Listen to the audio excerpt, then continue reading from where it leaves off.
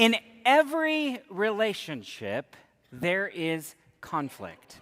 And that conflict becomes destructive when we are unable to handle it directly and we rope others in to ease our distress.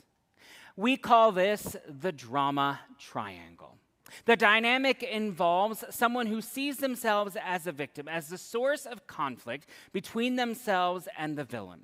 The villain takes their anxiety to a hero, hoping that that third party will handle the conflict. Now, here's how we often see this play out in families. One sibling complains to the other sibling about a parent. Usually goes like this: "You will never believe what your mother said today."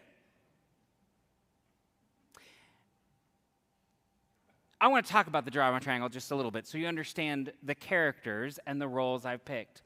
Our victim is Eeyore. Eeyore's response is, "It's okay. Thanks for noticing." If someone says good morning, Eeyore says, "If it is a good morning, I doubt I will notice." The victim is always engaged with the world and things are being done to them. The villain is Darth Vader. I choose Darth Vader because I think villains are really complex. Vader certainly is responsible for some of what happens in the world, but he's also at the whim of systems and people and the unfolding of his own journey. And then we come to the hero, Buzz Lightyear, who will pick up the rope from anybody and everybody. Buzz is a great example of the hero because he is willing to jump into every situation because he thinks he's the only one who can save the day. These are your three roles playing out in every relationship that we have. The core issue with emotional triangles is they attempt to avoid pain. And they try, and they then don't resolve the underlying conflict. The hero ends up taking the stress of both parties. Here's a classic example of how this plays out. You have a child, and you have parent number one. The child is throwing a temper tantrum, and the parent refuses to cave. The child then seeks out who? The other parent. Parent number two, who caves to stop the crying. Now, while this might resolve in temporary peace, the original conflict between parent number one and child is not resolved, and the second parent will quickly become the villain when the first parent learns that the second parent has caved to the child. Anybody seen this play out in their relationships? The people have fled from Egypt. The army's been devoured by the Red Sea, and now they're kind of wandering aimlessly in the desert. Moses left 40 days ago from Mount Sinai, and they are starting to get desperate and extremely anxious. They cannot handle the uncertainty of Moses' absence, and they cannot handle the challenge of trusting God. And so they turn to Aaron to fix the anxiety they are feeling. They say, "Aaron, make us gods who go before us." And Aaron, who's unable to face the situation directly, caves and gives them what they want. He collects all the gold, he fashions a cow, and immediately a wild party begins. They believe that the conflict is averted and the anxiety is alleviated. Meanwhile, back on the mountain, God is unhappy with the corruption that God is seeing, and so offers Moses this proposition. "Moses, I will destroy the stiff-necked people. I will start over with you as the new nation," making Moses the ultimate easer of the distress of God. But Moses avoids the quick fix. Instead, he chooses the challenging path. Moses confronts God. Moses gives God's anger back to God, reminding God, no, we have a promise here that exists between you and Abraham and Isaac and Israel. Moses didn't step onto the triangle, he stepped into the gap to seek reconciliation between the people and with God. This is how we stop the triangle, and instead of absorbing the anxiety, we step into the middle and mediate a different reconciliation. So then Moses comes down from the mountain and has this extremely uncomfortable conversation with Aaron. Moses says, "Brother, what on earth happened here?" And Aaron says, "Well, nothing. I was a little anxiety management." Moses says, "Anxiety management, huh? I leave for 40 days to get the stone tablets from God, and when I come back, I find a herd of people dancing around a cow. Who is responsible for this?"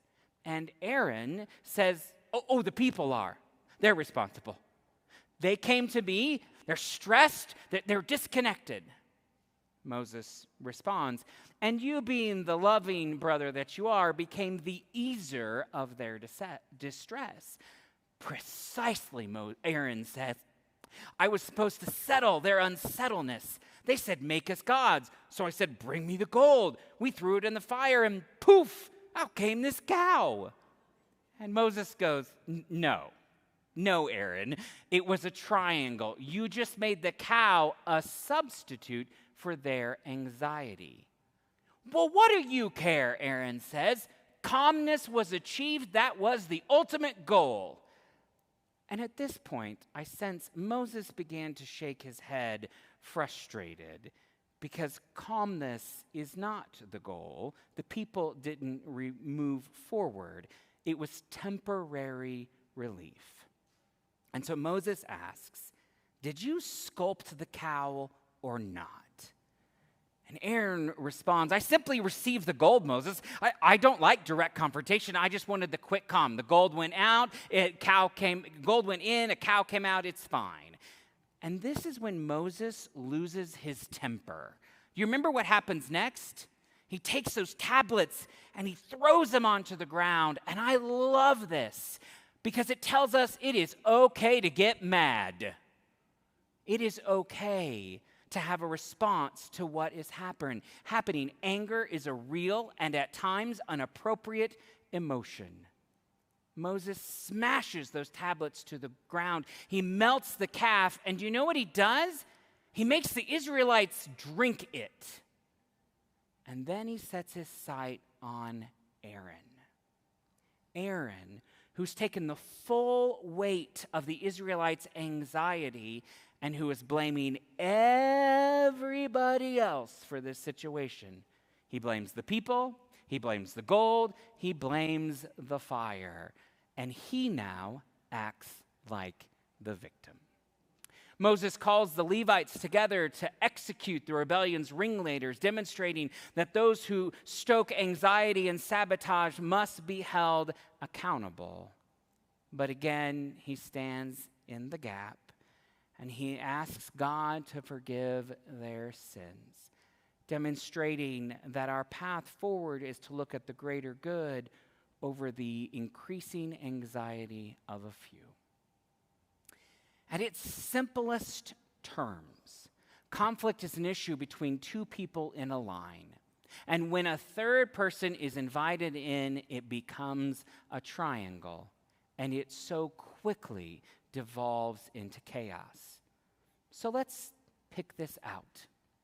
I am going to use Jeannie Styles as an example. Jeannie, raise your hand. So there we go. Jeannie Styles as an example of playing this out. Now, I need a conflict. So let's say that Jeannie doesn't like that I am randomly including people as examples in my sermon. I've made her an example in this sermon. Jeannie doesn't like it. It is a Jeannie-Eric problem in this point. But instead of Jeannie talking to me, she goes and involves Joe. Now, whether she does it subtly, you know, Joe, I wish someone would talk to Eric about using people as examples. Or if she does it overtly, Joe, you need to talk to Eric about this. Using people as an example is not okay. And then Joe talks to me, and we have a triangle. And triangles multiply our relational problems. Because now I have a problem with Joe. Not just for not liking my preaching choices, but for getting involved. Because in every triangle, it comes down to who has invited the third person in. And now I'm frustrated with Jeannie for getting Joe involved, and I have to deal with the reality that both of them are upset with me. Joseph now has a problem about my preaching, which he never even cared about before. He's got a problem with me having a problem with him, and he's got a problem with Jeannie for getting him involved. It gets worse. Jeannie has a problem with Joe because he's not fixing the problem she invited him to fix. And I'm frustrated with her for not making an issue out of it, something that nobody cared about beforehand. Me, Joseph, Jeannie, triangle. Moses, the people, God, triangle. And if you're wondering, I totally asked Jeannie and Joe for their permission today before including them in the sermon. We are called to be a healthy people. We are called to stand in this gap, to stand in the conflict and deal with it for the sake of health and wholeness. Just as Jesus instructs the disciples in Matthew, if your brother or sister sins, go and point it out, just between the two of you. To live like this, you have to identify the emotional triangles you are in. And if someone comes to you to gossip or to grievance, I invite you to avoid being Aaron. Don't pick it up. Don't be the hero, but help them take responsibility, stand in the gap, that we can speak the truth to one another. Hear me say this. Conflict is inevitable. But when we stand in the gap, we foster a healthy relationship. And conflict does not mean the absence of peace. Conflict is what brings us into progressive movement forward. Amen.